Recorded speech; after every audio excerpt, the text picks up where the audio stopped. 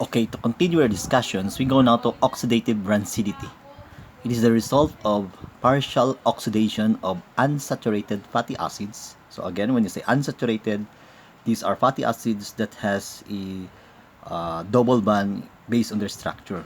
So with the resultant of formation of epoxides, peroxides, and free radicals. So as what I have discussed, this is just a recap wherein in the oxidative rancidity, mostly the product of the uh, oxidative rancidity of the fats are the radicals, aldehydes, and ketones, which can be toxic inside in the human body if it cannot be excreted out of the body.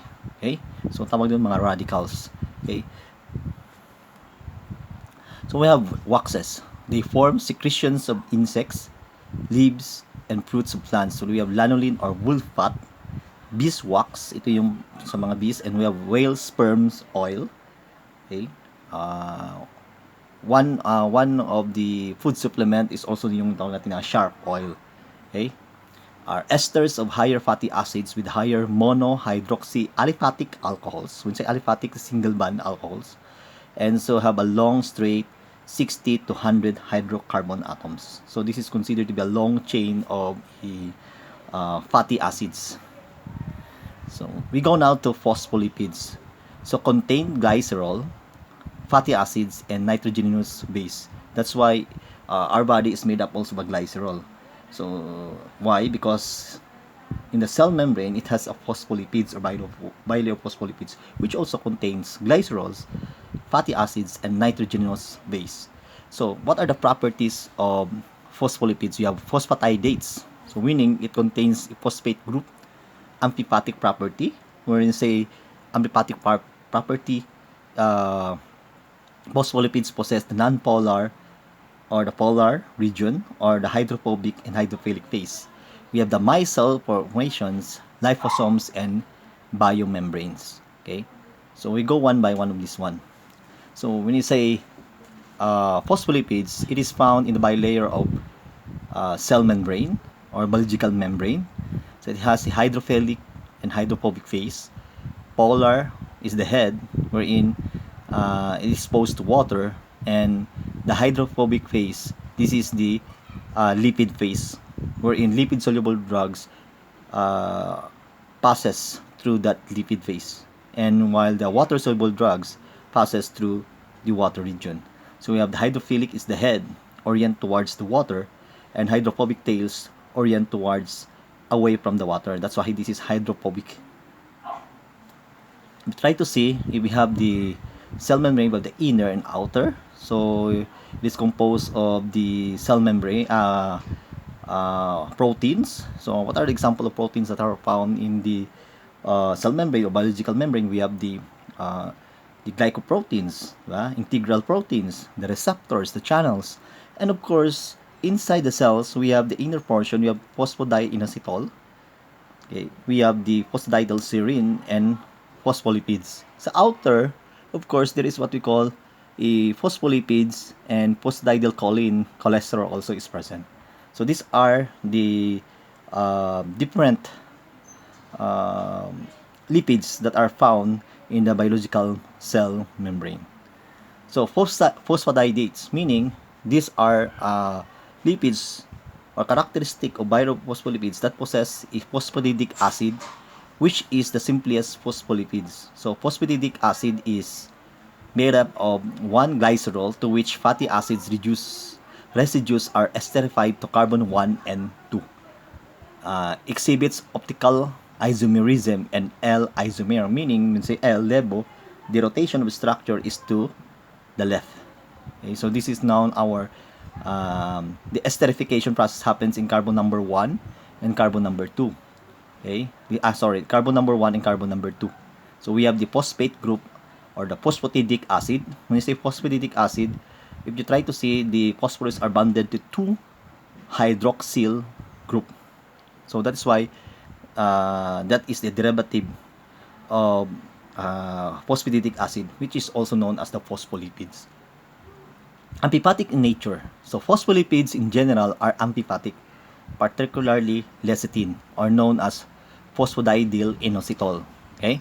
So, hydrophilic and hydrophobic phase. This is the property wherein the cell membrane possess, so, or known as the lipid region and the water region, or the hydrophobic and hydrophilic, okay, region, or the polar and non-polar. Usually, the non-polar are the hydrophobic, and the polar region is the hydrophilic phase. So, usually it contains choline, phosphate, of course, the glycerol are present.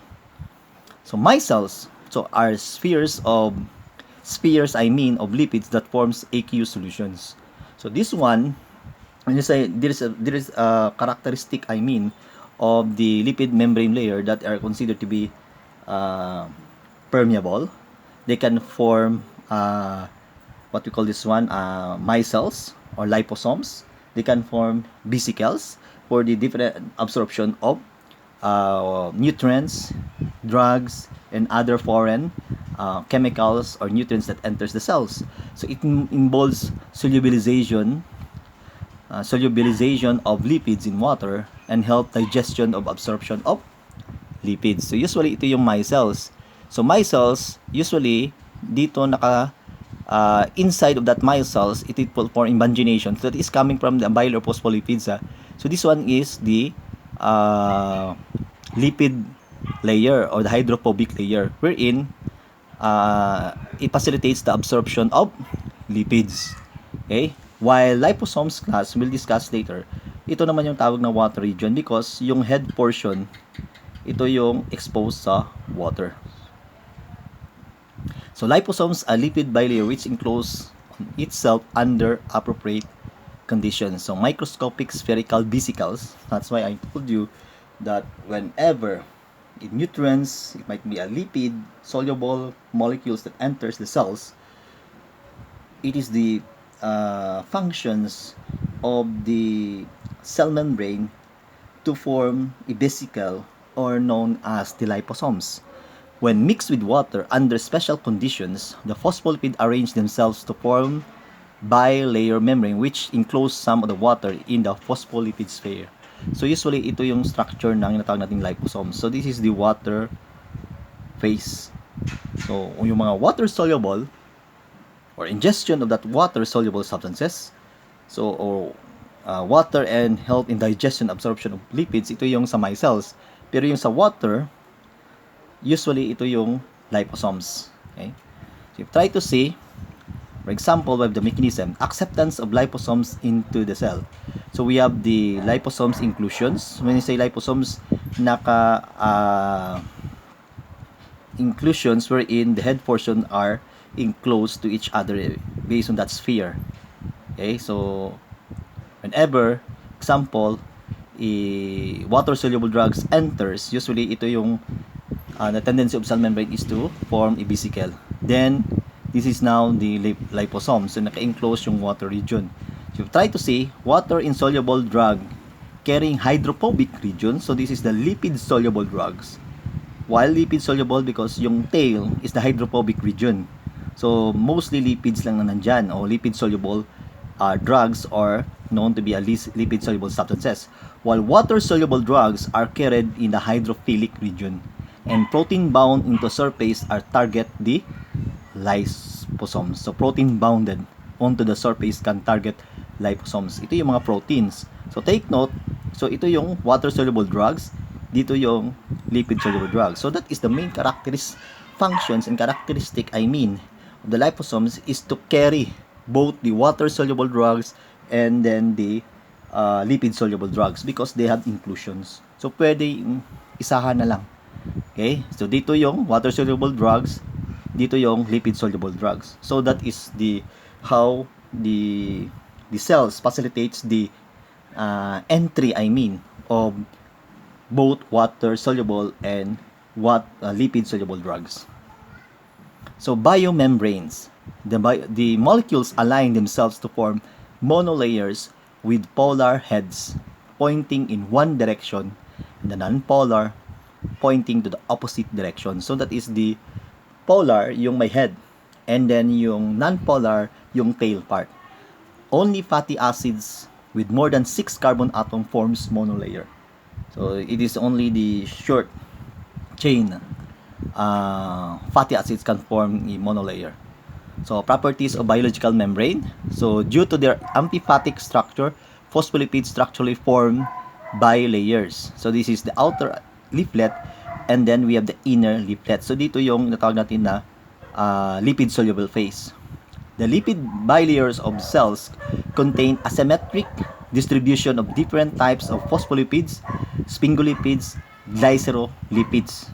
Okay, take note sa lipid bilayers asymmetric. Means asymmetric, hindi naman sila pares-parehas. Lain-lain naman yun. Okay, it might be sphingolipids, glycerolipids, and phospholipid types. Okay? So biomembranes are semi-permeable.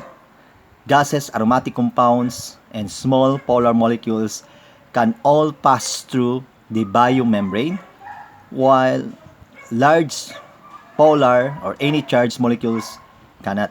So, that's why the diffusion process or the simple diffusion process usually follows the law of mass actions or the quantity and size. The smaller the size, the smaller the molecular weight, the faster it's a diffusion process. Kung mga large molecules, hindi na siya makapas, okay, sa biological membrane. Yun po ang isang characteristic ng biomembrane, which is known to be a semi-permeable membrane. While biomembranes are fluid, a lipid or protein can rotate around the axis. So, pwede magkaroon ng interchange of positions. So, lipids and proteins can travel vertically through a bilayer. So, lipid can flip from one leaflet to another. So, that is the main, that is considered to be biomembrane. Biomembranes are considered to be fluid. Okay? Integral membrane proteins are embedded in one leaflet and cross leaflets of bilayer. So, the integral protein, this is usually for communication process. We have tethered integrated membrane protein are covalent linked to phospholipids and glycerolipids. So, ito yung tawag natin na tethered integral. So, ang mga baga, nag-connect ito sa lipids. Okay. So, integral membrane, usually there are functions for communication process. So, phosphatidyl choline or lecithin, derived from Greek word likitos, means egg yolk.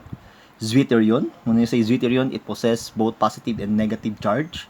Phosphoric acid is added to third position to form, this is the third position, so 1, 2, 3. So, this is the third position. The phosphate group is esterified to quaternary nitrogen base known as choline. So, there is what you call esterification process. So, this addition of your choline, this is now your choline. So, choline is quaternary, meaning quaternary, yung naka-chain po sa nitrogen ay apat na functional group or apat na atom. So, we have the methyl group, methyl group, methyl group. So, this is CH3. So, close open parenthesis, that is 3. So, this 3 is bonded to nitrogen, and we have here the ethyl group bonded to nitrogen. So, this is quaternary. Okay? So, this is the polar region already. So, actions of phospholipase. Enzymes that hydrolyze phospholipids is known to be phospholipase enzyme. So, different phospholipases are involved in the hydrolysis of specific bonds in lecithin. So, lecithin plus yung phospholipase A2, so it will form lesolecithin plus fatty acid. Lecithin, phospholipase A1, acyl glycerophosphoryl choline plus fatty acids. Lecithin, we have phospholipase C, 1,2-diacylglycerol and phosphoryl choline. While lecithin, we have phospholipase D, it will form phosphatidic acid and choline. So, this one are phospholipase A, A1, C, and D. So, they have the specific products when they react with the enzymatic reactions with the lecithin. So, lesolecithin, so it's a detergent and hemolytic agent. So, means hemolytic agent, these are agent which can cause hemolysis. Usually, it is present in venom of viper snakes. So, this is one of the poisonous snakes, viper. Hemolysis and consequent renal failure seen in viper poisoning. So, this is the 1-acyl glycerophosphoryl choline or lesolecithin, which is a lipids, which is considered to be a poison when a viper uh, releases during the biting, di ba? Magkagat siya, mangagat po yung ahas na yan. So usually it releases the venom which contains still lethal lecithin. So lung surfactant. So this one, a surfactant, ko sa inyo, these are agents which used to hold structure or substances and prevents the collapse of the lungs. So produced by epithelial tissues, decreases surface tension. So kasi kung may-increase yung surface tension, mabigat yun, tendency, mag-collapse yun. So, i-decrease siya dapat yung surface tension para mamagaan. Prevents collapse of lung alveolus or alveoli. So, we have dill-palmitoyl lecithin, phosphatidyl glycerol, cholesterol, and surfactant protein A, B, C are considered to be yung tawag natin lung surfactant, which is mostly composed of the fats. So, if try to say this is the alveolus or the tissue of the lungs, alveolar tissue, it is surrounded by a surfactant to prevent the lungs for collapsing. So that is the main function of the lung surfactant. So respiratory distress syndrome, this is due to the defect of biosynthesis of diethylmethyl lecithin. So usually it happens in premature infant, have higher incidence because of the immature lungs do not synthesize enough diethylmethyl lecithin. So kung ano yung lungs class, take note, kulang sa diethylmethyl lecithin. So usually, ito yung normal alveoli. So ito yung natawag na collapsed alveoli. So there is a difficulty in breathing. So it is also considered to be a life-threatening disease. Kasi hindi na basta-basta makahinga yung infants due to what? Due to that respiratory distress syndrome. Okay? You have cephalin or phosphatidyl ethanolamine differs from lecithin in that nitrogen phase. Ethanolamine is present instead of choline. It also in biomembranes and possess amphipathic property. So number 3, when we say amphipathic property, possess both hydrophobic and hydrophilic region or polar and non-polar region. So phosphatidyl inositol, phosphatidic acid is esterified to inositol. So usually this is present in biological membrane. It plays a vital role in mediation hormones action membranes such as the secondary messenger or known as the cyclic adenosine monophosphate or the CAM. So usually ito yung nag-mediate ng hormone actions in the biological membrane for communication process.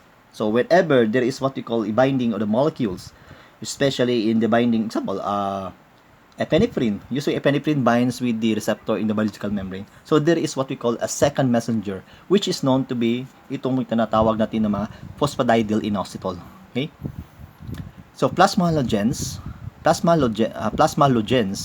so aliphatic, so meaning they are straight chain. So there is no cyclic or aromatic compound present in the structure. Alpha beta unsaturated alcohol, so meaning there is what we call a double bond. Maka alpha beta, first and second carbon atom of the alcohol, unsaturated.